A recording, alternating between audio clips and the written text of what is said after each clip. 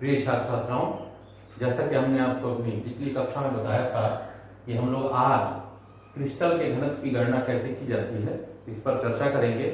आप सभी लोग जानते हैं कि किसी पदार्थ का घनत्व एकांक आयतन में उपस्थित द्रव्यमान होता है, अर्थात एकांक आयतन में पदार्थ का जो द्रव्यमान उपस्थित होता है उसको ही उसका घनत्व कहा जाता है। क्रिस्टल के केस में किसी क्रिस्टल के एकक सेल में उपस्थित घटक कणों की संख्या पर उस क्रिस्टल का घनत्व निर्भर करता है और एकक सेल में घटक कणों की संख्या जितनी ही अधिक होती है उस क्रिस्टल का घनत्व भी उतना ही अधिक होता है। अब हमको ये जानना है कि क्रिस्टल का घनत्व हम लोग कैसे ज्ञात करते हैं।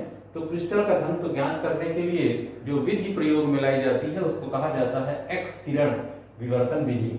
इस एक्स किरण विवर्तन विधि द्वारा उस क्रिस्टल के एकक सेल के कोर की लंबाई और क्रिस्टल के प्रकार की जानकारी हो जाती है और इन दोनों जानकारियों के आधार पर क्रिस्टल के घनत्व की गणना की जाती है। क्रिस्टल कई प्रकार के होते हैं, आप जानते हैं, लेकिन यहाँ पर हम लोग केवल तत्वों के क्रिस्टल की घनत्व की गणना कैसे की जाएगी इस पर चर्चा करेंगे और किसी आयनिक यौगिक के क्रिस्टल के घनत्व की गणना कैसे की जाएगी इसकी जानकारी हम लोग प्राप्त करेंगे। तो सबसे पहले हम लोग तत्वों के घनीय क्रिस्टलों का घनत्व कैसे ज्ञात करेंगे उस पर चर्चा करेंगे। जो घनीय क्रिस्टल होगा उस घनीय क्रिस्टल में हम मान लेते हैं कि उस घनीय क्रिस्टल के कोर की लंबाई इस मान a है और उस घनीय क्रिस्टल में तत्व के घनीय क्रिस्टल में परमाणुओं की संख्या है कैपिटल Z और तत्व का परमाणु भार है कैपिटल M। तो जब घनीय क्रिस्टल के कोर की लंबाई a है तो उस एकक सेल या एकक कोशिका का आयतन हो जाएगा A3 और उसके बाद हम ज्ञात करेंगे एकक सेल का द्रव्यमान। तो एकक सेल का द्रव्यमान एकक सेल में उपस्थित परमाणुओं की संख्या और एक परमाणु के भार के गुणनफल के बराबर होगा।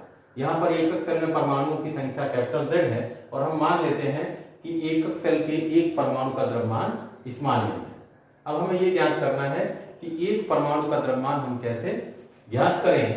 तो एक परमाणु का द्रव्यमान जिसको हम स्मॉल m से प्रदर्शित कर रहे हैं ये बराबर हो जाएगा तत्व के परमाणु भार और अवोगैड्रो संख्या के अनुपात के बराबर। यानी तत्व के परमाणु भार को हम अवोगैड्रो संख्या से विभाजित कर दें तो हमें तत्व के एक परमाणु का द्रव्यमान मिल जाएगा। इस तरह एकक सेल का द्रव्यमान हो जाएगा एकक सेल में उपस्थित परमाणुओं की संख्या गुणे तत्व का परमाणु भार बटे अवोगैड्रो संख्या अर्थात Z गुणे m बटा n।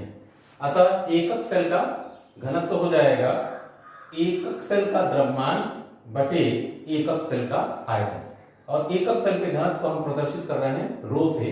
तो एकक सेल का घनत्व रो बराबर हो जाएगा Z गुणे m upon n divided by A3। इस तरह हमें सूत्र प्राप्त होगा एकक सेल का घनत्व रो बराबर Z गुणे m बटा A3 इंटू n।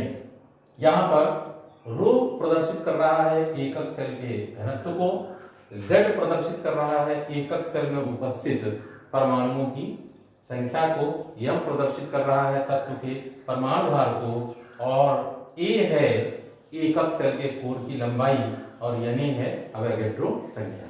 तो इस तरह हम लोग घनीय एकक सेल अगर किसी तत्व का हो तो उसके घनत्व की गणना इस सूत्र से हम लोग कर सकते हैं।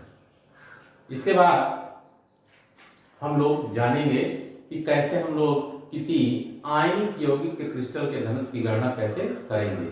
देखिए, आयनिक यौगिक के क्रिस्टल और तत्व के क्रिस्टल में अंतर यही है कि तत्व के क्रिस्टल परमाणुओं से बने हैं, अर्थात तत्व के क्रिस्टल में घटक कण परमाणु हैं जबकि आयनिक यौगिक के क्रिस्टल में घटक कण आयन होते हैं। इसलिए इसी सूत्र का प्रयोग हम लोग आयनिक यौगिकों के क्रिस्टल के घनत्व की गणना के लिए भी कर सकते हैं। अंतर केवल इतना हो जाएगा कि यहाँ पर m जो है वो अणुभार ना होकर के उस आयनिक यौगिक का सूत्र भार हो जाएगा और Z हो जाएगा सूत्र इकाइयों की संख्या।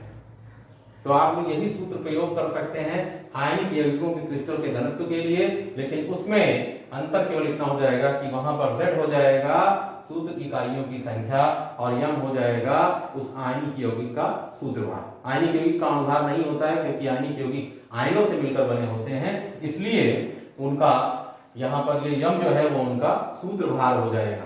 जैसे सोडियम क्लोराइड का सूत्र है NaCl, तो हम उसका सूत्रभार निकालेंगे, सोडियम का परमाणु भार धन क्लोरीन का परमाणु भार जोड़ेंगे तो हमें सोडियम क्लोराइड का सूत्रभार मिल जाएगा।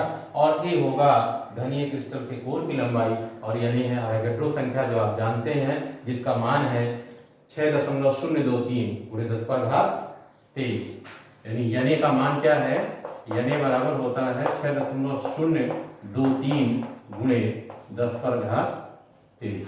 ये मान आप इस सूत्र में रखेंगे। आज की कक्षा यही समाप्त होती है। अगली कक्षा में हम लोग क्रिस्टलों के निबिड़ संकुलन अर्थात उनकी क्लोज पैकिंग पर चर्चा करेंगे। धन्यवाद।